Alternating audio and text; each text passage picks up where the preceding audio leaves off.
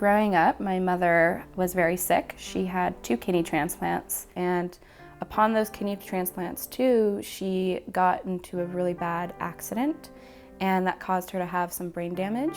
And my father is an alcoholic and did not have the capacity to be a parent. And so it was very difficult to have a stable home. And so that led me to go into the foster care system. I was feeling alone, uncared for, very angry at the world, unwanted, and scared. When my sisters and I were younger, my mother eventually started to abuse us physically, mentally, and emotionally. And it was so bad to where we ended up in foster care. We were always being moved into a new setting. We don't know where we're going to. We don't know how it's gonna be, what it's gonna look like. I already had a child at 16, and I've already ran across, I couldn't even count how many different people that said they were gonna be there for me and wasn't. So I already knew how the world was gonna be. After a certain time, I started to build like my own little brick wall around me. I was like really shut down.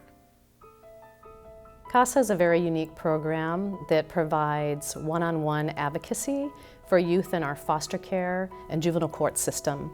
These children come in as a result of being abused or neglected and need an additional adult in their life to provide support and guidance. CASA volunteers are able to act on their behalf, to be their voice, to guide them, to empower them, to coach them, to teach them how to be successful, thriving, independent citizens.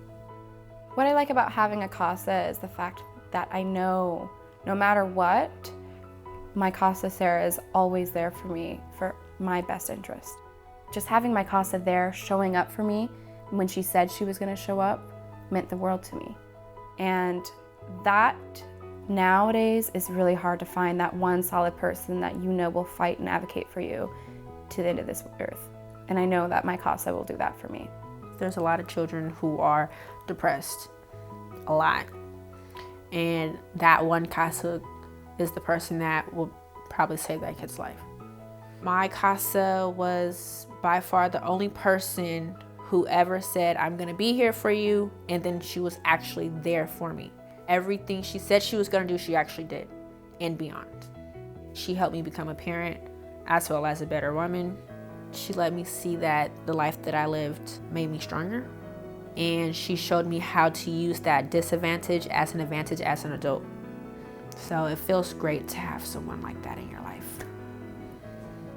It feels amazing to have CASA be by me and supporting me.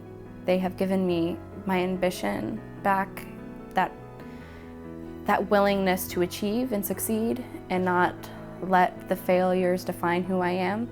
Being that outlet for me to express my frustration, but also being that source of solutions. They didn't allow me to become institutionalized by the system. They didn't allow me to fall without picking me up. And that is how CASA has given me strength. If it wasn't for CASA, I wouldn't be where I am today. I work for the public health department for the county. I only have about a semester and a half left to get my AA. I want to continue to go to school to get my bachelor's in criminal law. I love my children to death, just trying to make sure my girls don't ever have to live the life that I had. But, it feels good to stand up and, speak out loudly and say, I came from foster care, I came from an abusive home, I'm Black, I was poor, but look at me. So I'm so gratefully thankful to CASA. CASA allowed me to find that ambition to go to school again and pursue a degree in bioengineering and have hope that I can do it and have that confidence. For so long I lost hope that I was going to do anything with my life, and I now feel that I'm invincible. So I'm really thankful for having CASA, and they are just an amazing group of people who really genuinely care about the community and the well-being of our kids.